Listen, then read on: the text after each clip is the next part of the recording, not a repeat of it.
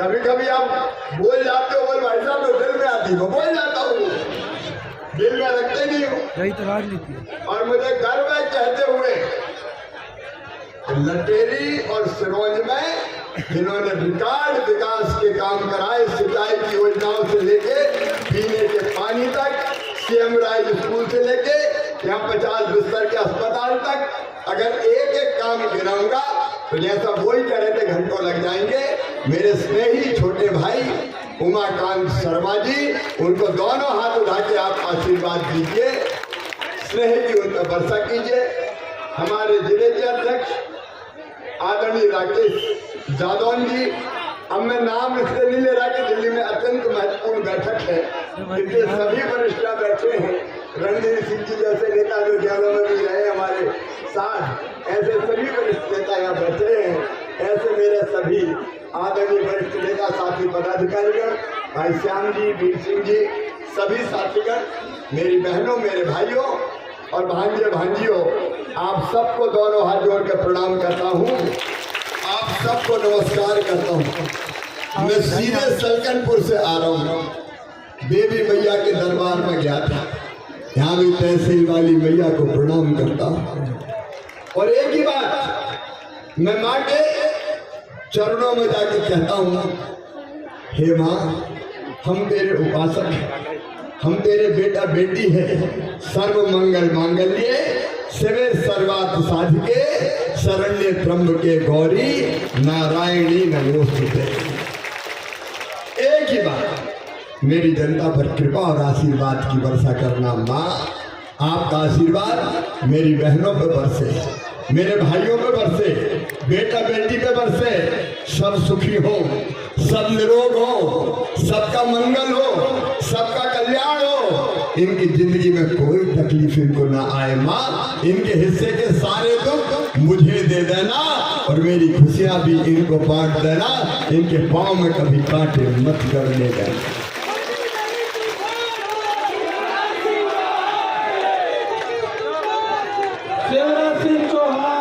तो जो भी प्रार्थना करते हैं अपनी जनता के लिए करते हैं।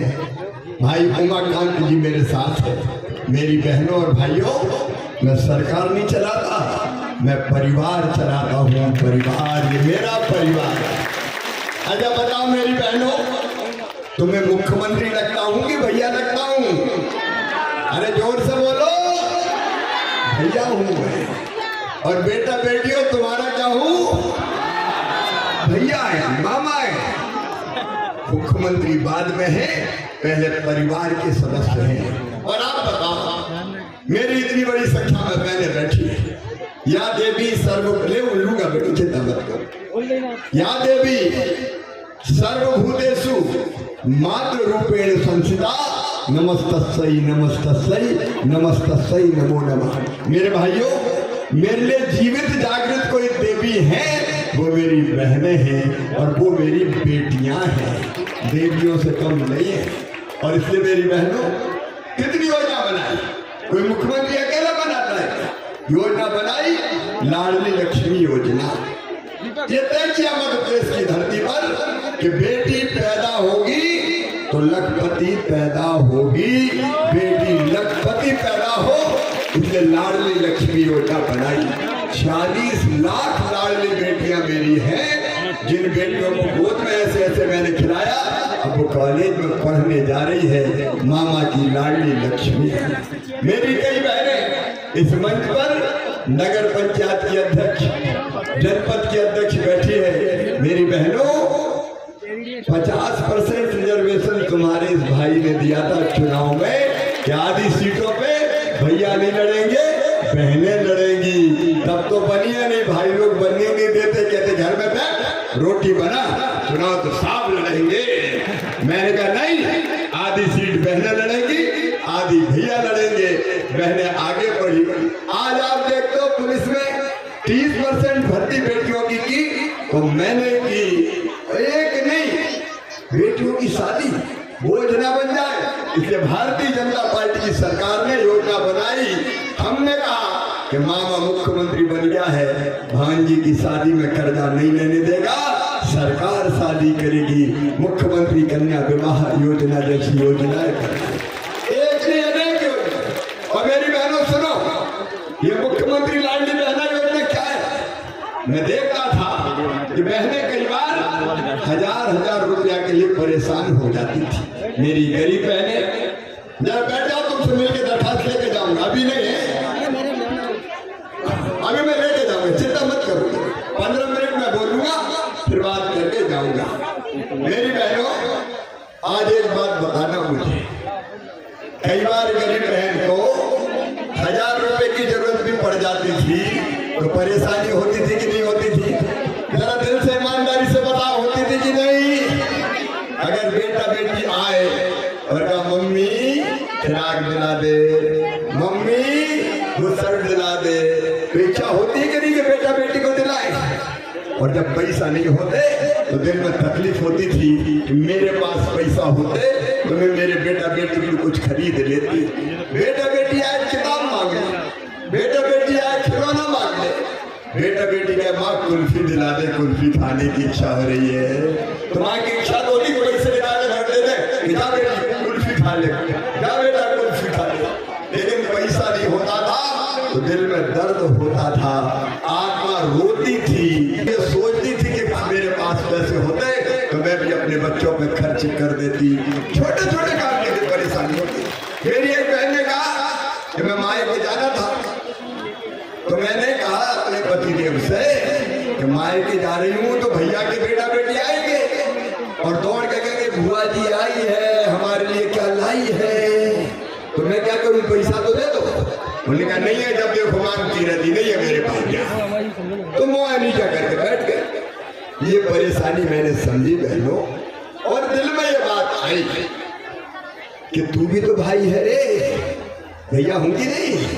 अरे तू भी भाई है, अपना सगा भैया अपनी बहनों को राखी के दिन राखी बंधवा के कुछ ना कुछ देता है, देता कि नहीं देता? तो तू भी तो भाई है, तू भी दे। खूब मैंने सोचा कि अपनी बहनों को क्या दूं, तो मेरे मन में एक ही विचार आया, अगर बहनों के बैंक अकाउंट में पैसे होंगे तो बहना आत्मविश्वास से भर जाएगी। इसलिए और कुछ मत दे, तू तो पैसा डाल रहे खाते में, बाकी काम बहने अपने आप कर दे। और पैसा भी डाल तो साल में एक बार नहीं, हर महीना डाल तब काम चलेगा, एक बार थोड़ी। जैसे हर महीना तनख्वाह आती है वैसे हर महीना पैसा जाए बैंक में तो बहनों की जिंदगी सुधर जाए, उनका जीवन बेहतर हो जाए। और इसलिए हमने तय किया, मध्य प्रदेश की धरती पर दुनिया की सबसे बड़ी योजना बनाई बहनों, मुख्यमंत्री लाडली बहना योजना। और मैंने पहले घोषणा की थी कि अपनी बहनों के खाते में सीधे 1000 रुपया महीना डालूंगा। अब बताओ मेरी बहनों, लाडली बहनें कौन कौन है, जरा हाथ उठा दो। अभी मेरी लाडली बहन, सारी लाडली बहनें मेरी बहनों, अब बताओ कि ये योजना जब से आई है तुम्हारी जिंदगी में परिवर्तन आया कि नहीं आया? अरे खुशी आई कि नहीं आई? मैंने पूछा कई बहनों से कि बताओ खुशी आई कि नहीं? अरे बोले आजकल भात है घर में मिलता। क्यों? बोले सास बड़े प्रेम से बोलती है, बहू कैसी हो, रोटी में घी चुपड़ लो। और एक बहन मुझे बोली कि तो हमारे सास भी बहुत अच्छा बोलते हैं, गुड्डू की मम्मी कैसी हो। पैसा आगे कि नहीं आए? मेरी बहनों देखो, ये सच्चाई है कि पैसे से काम भी बनते हैं और पैसे से इज्जत भी बढ़ती है, इज्जत भी। अगर कोई के पास पैसा ना हो, गरीब आदमी, तो क्या कहता है लक्ष्मा इधर माता जी, और कोई अगर सेठ बन जाए, लखपति बन जाए तो सेठ लकी राम जी पर भाषा बदल जाती। ये सच्चाई है, सच्चाई। और इसलिए मेरी बहनों, तुम्हारे खाते में पैसा नहीं डाला, तुम्हारा मान तुम्हें लौटाया है, तुम्हारा सम्मान तुम्हें लौटाया है, तुम्हारा मान। और एक बात सुन ले पूरी दुनिया, एक बात साफ सुन ले, केवल 1000 नहीं, बढ़ा के 1250 कर दिए मैंने। और पैसे की जुगाड़ कर रहा हूँ मेरी लाडली बहना। और जुगाड़ कर रहा हूँ। पैसा बहुत लगते हैं। मेरी बहन कितनी है पता है? 1 करोड़ 32 लाख बहनें हैं मेरी। 1 करोड़ 32 लाख। और इनको जब पैसा देने पड़ते हैं तो साल भर में 1000 रुपये में 15,000 करोड़ रुपया लगते हैं। कितने लगते हैं? 15,000 करोड़। अब बढ़ा के 1250 कर दिए और पैसे का इंतजाम कर रहा हूँ। जैसे ही पैसे का इंतजाम होगा 1250 से बढ़ा के कर दूंगा 1500 रुपया। और फिर 1500 से बढ़ा के करूंगा 1750 रुपया। फिर 1750 से बढ़ा के करूंगा 2000 रुपया। फिर 2000 से बढ़ा के करूंगा 2250। 2250 से बढ़ा के करूंगा 2500। 2500 से बढ़ा के करूंगा 2750। और फिर बढ़ा के कितने करूंगा? अरे बोलो जोर से, सारी दुनिया सुन ले, बोलो 3000। पूरी दुनिया सुन ले। 3000 रुपया महीना बहनों के खाते में डाल के उनकी आंखों में आंसू नहीं रहने दूंगा, उनके चेहरे पर मुस्कुराहट लेके आऊंगा। इसलिए तुम्हारा भैया मुख्यमंत्री, इसलिए भारतीय जनता पार्टी की सरकार। और जो बहनें छूट गई है हर गांव में 10-10, 20-20, उनके नाम भी चुनाव के बाद सबके नाम जोड़ दिए जाएंगे, कोई शेष नहीं रहेंगे। क्योंकि कई ने पहले सोचा क्या पता मिलेंगे थोड़ी, तो फार्म भी नहीं भरा, कोई नहीं हुआ तो कछु रहेंगे, उनका भी इंतजाम होगा। ये दुनिया की सबसे बड़ी योजना है। बताओ मेरे भाइयों और बहनों, कांग्रेस ने कभी बहनों के खाते में पैसा डाला क्या? अरे बहनों कभी डाला क्या? इतने साल कांग्रेस की सरकार रही, ढेला नहीं दिया। उल्टे जितनी योजना हमने बनाई सब बंद कर दी। ये उमाकांत जी से पूछो, संबल योजना कमलनाथ और कांग्रेस ने बंद कर दी थी। बेटा बेटी के जन्म के पहले 4000 और जन्म के बाद 12,000 देते थे लड़ुआ खाने, वो योजना बंद। बेटियों की शादी इन बेईमानों ने बंद कर दी।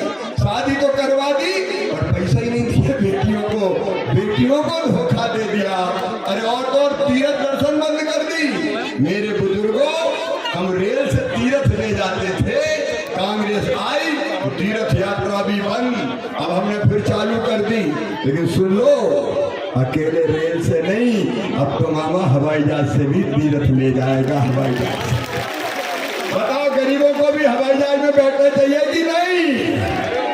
अब तीर्थ दर्शन योजना भी चालू। इनकी सरकार आई तो इन्हें मेरे बेटों के साइकिल के पैसे छीन लिए। कांग्रेस की सरकार ने, मैं अपने बच्चों को हम लैपटॉप देते थे, अच्छे नंबर लाए तो लैपटॉप छीन लिए उनके। 25,000 रुपये हम देते थे, अब हमने फिर चालू कर दिए। अब तो मामा ने तय किया है कि बेटा बेटी हर सेकेंडरी में फर्स्ट आएंगे तो दोनों को मामा स्कूटी दिलवाएगा। और सुना भैयाओ, किसान जितने भी है, ये मत सोचा कि लाडली बहनों को मिल रहे हैं 1000 रुपया, तो अपन को भी मिल रहे हैं भाई। 6000 पीएम दे रहे हैं, 6000 सीएम दे रहे हैं। हर 2 महीना में 2000, पहले पीएम के 2000, फिर सीएम के 2000, फिर पीएम के 2000, फिर सीएम के 2000, फिर पीएम के 2000, फिर सीएम के 2000। और आगे ये 1000 ही थोड़ी रहेंगे।